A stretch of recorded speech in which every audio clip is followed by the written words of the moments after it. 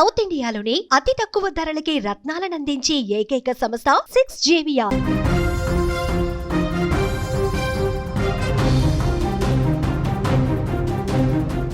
చీర కొనివ్వలేదని ఒకే ఒక కారణంతో భర్తను కుక్కర్తో కొట్టి చంపేసిందో భార్య. ఈ దారుణ ఘటన మహారాష్ట్రలో జరిగింది.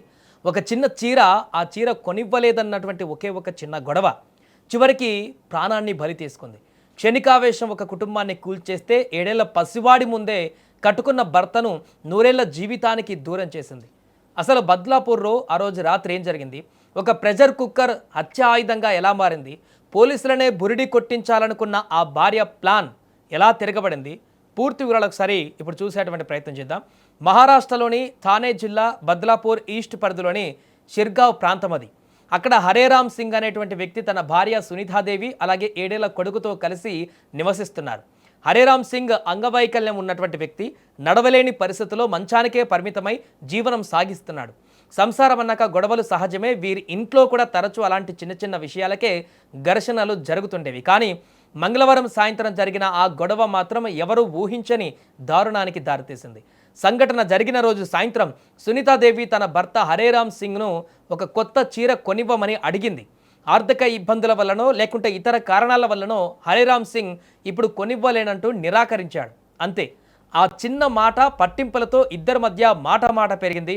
కోపం కట్టలు తెంచుకున్న సునీతాదేవి నిమిషాల వ్యవధిలో రాక్షసిగా మారిపోయింది.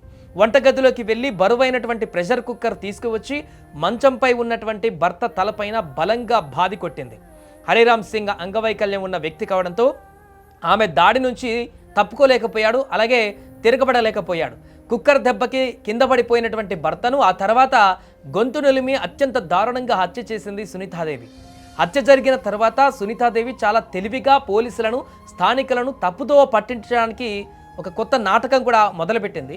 తనకేమీ తెలియదన్నట్లుగా నాటకం ఆడుతూ పోలీసులకు సమాచారం అందించింది. ఎవరో వచ్చి దాడి చేశారన్నట్లుగా సీన్ని క్రియేట్ చేసేటువంటి ప్రయత్నం చేసింది. కానీ సీన్లోకి వచ్చిన బద్లాపూర్ ఈస్ట్ పోలీసులు క్రైమ్ సీన్ను పరిశీలించి అనుమానం వ్యక్తపరిచారు. సరిగ్గా అదే సమయంలో కేసులో ఊహించని మలుపు తిరిగింది. ఈ ఘోరమంతా జరుగుతున్నప్పుడు ఇంట్లోనే ఉన్న వారి 7 ఏళ్ల చిన్నారి కొడుకు ఆ యొక్క అసలు నిజాన్ని పోలీసులకు చెప్పేశాడు. కళ్ళ ముందే తల్లి తండ్రిని కుక్కర్తో కొట్టి గొంతు నిలిమి చంపడం చూసిన ఆ పసివాడు ఇచ్చిన సాక్ష్యం పోలీసులకు కీలక ఆధారంగా మారింది. దీంతో సునీతాదేవి నాటకానికి తెరపడింది. పోలీసులు ఆమెను అరెస్టు చేసి రిమాండ్కు తరలించారు. అయితే ఇక్కడ ఒక పెద్ద ప్రశ్న మిగిలింది. కేవలం ఒక చీర కొనివ్వలేదన్న చిన్న కారణంతోనే హత్య జరిగిందా, లేక దీని వెనక గత కొంతకాలంగా నడుస్తున్నటువంటి కుటుంబ కలహాలు, ఆర్థిక సమస్యలు లేదా వేరే ఏమైనా ముందస్తు ప్లాన్ ఉందా అనే కోణంలో కూడా ఇప్పుడు పోలీసులు ప్రస్తుతం లోతుగా విచారణ అయితే జరుపుతున్నారు. ఈ ఘటన సమాజంలో ప్రస్తుతం మారుతున్నటువంటి మానవ సంబంధాల తీవ్రతకు అద్దం పడుతుంది. క్షణికావేశంలో తీసుకున్న నిర్ణయాలు ఎలా ఒక కుటుంబాన్ని నాశనం చేస్తాయో, ఒక పసివాడి భవిష్యత్తును అంధకారం చేస్తాయో ఈ ఘటన మరొకసారి నిరూపిస్తుంది. ఈ దారుణమైనటువంటి ఘటనపైన మీ అభిప్రాయం ఏంటో కూడా కామెంట్ చేయండి.